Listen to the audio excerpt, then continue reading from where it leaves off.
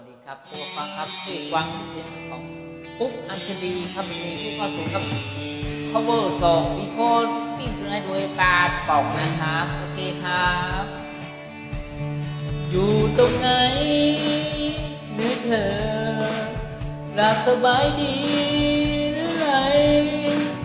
อยู่กับใครที่ไหนรู้ไหมยังมีใครคิดถึงเธอสุดขอบฟ้าแสนไกลส่งใจไปให้ถึงเธออยากให้เธอรู้ไว้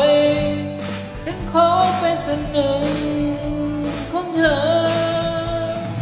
วันที่เธอร้อนรนจิตใจ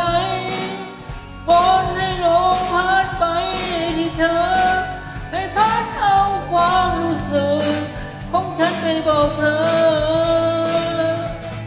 บอกว่าฉันรักเธอห่วงเสมอทุกคราปากก็ฝันแล้วก็ดวงดาวให้คอยดูแลเธออยู่ที่ไหนก็ตามส่งความรักให้เธอส่งข้างกายเธอ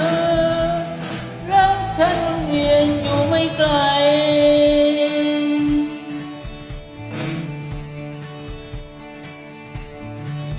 หากชีวิ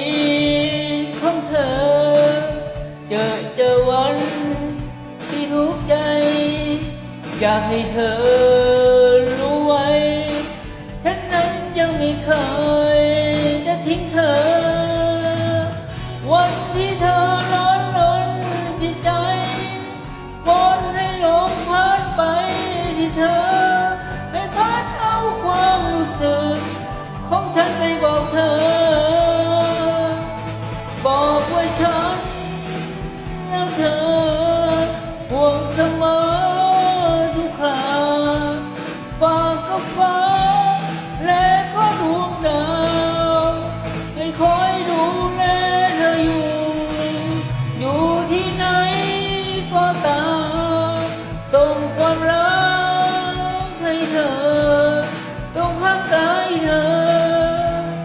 รักฉันวนเวียนอยู่ไม่ไกลก็เพลงนี้ครับทำอะไรก็นึกในใจให้เธอปลอดภัยทุกอย่างเจอกับใคร